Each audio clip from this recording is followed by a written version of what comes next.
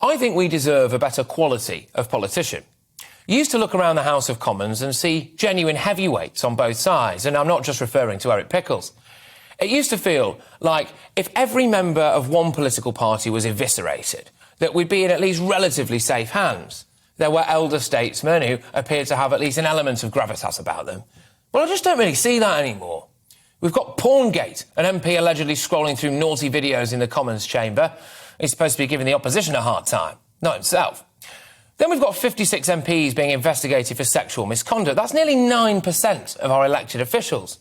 Then we've had claims of the deputy leader of the opposition flashing her legs and potentially something else, and our Prime Minister during debates. Then obviously we've got the row about whether or not that really happened. The Speaker of the House essentially asking the editor of the Mail on Sunday to forego his right to a free press.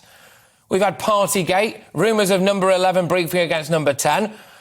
We've got a leader of the opposition who is so dull and ineffective that he could bring a tear to a glass eye. If Keir Starmer recorded his life story and put it on Spotify, nobody will be able to tell you what happens after the second chapter, because we'd all be fast asleep. He spent the last few months banging on about cheese, wine and cake, calling for criminal prosecutions, taking the moral high ground. And then, lo and behold, it emerges that Sir Keir himself may well have broken COVID rules and regs, of course, as well, at a big booze-up in Durham. To be fair to Sir Keir, though, it wouldn't be the first time someone has faced criminal proceedings after drinking too much in Durham.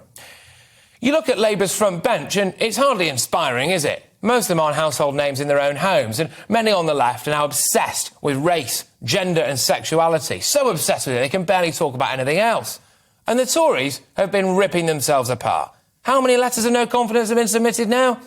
And this sorry state has been coming for a very, very long time. Successive governments have failed to get to grips with gas, oil and energy issues, which has meant that we're all skint now, struggling to pay the bills. We have hundreds and hundreds of MPs who blindly allowed us to wander into a cycle of lockdowns that crippled the economy and damaged our national mental health. Claudia Webb threatened to douse a woman with acid. Unfortunately, that was such a serious incident that it completely overshadowed all of the incredible work that she's done standing up for the people of Bruce. I'm sure we all remember when it took years for the people that we elected, the people that we pay handsomely to do our bidding. It took them years to enforce the result of a democratic referendum. Shocking. We had a speaker who rampaged around the Commons, smashing phones, bullying, belittling and intimidating people. The dumpy despot, the dinky dictator. Or let's be fair, we could save ourselves a syllable and take the tater out of that, couldn't we? Splashing taxpayer money on expenses left, right and centre, turning our historic parliament into a backstreet Shakespeare tribute act. It just doesn't feel to me like we've got a good cohort of MPs.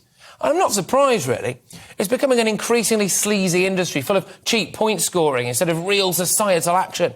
I can understand why many people wouldn't want that, but it creates a situation whereby the only people who do it are either idiots or narcissists. They say that you get the politicians you deserve. I disagree. I think many of our politicians don't deserve us.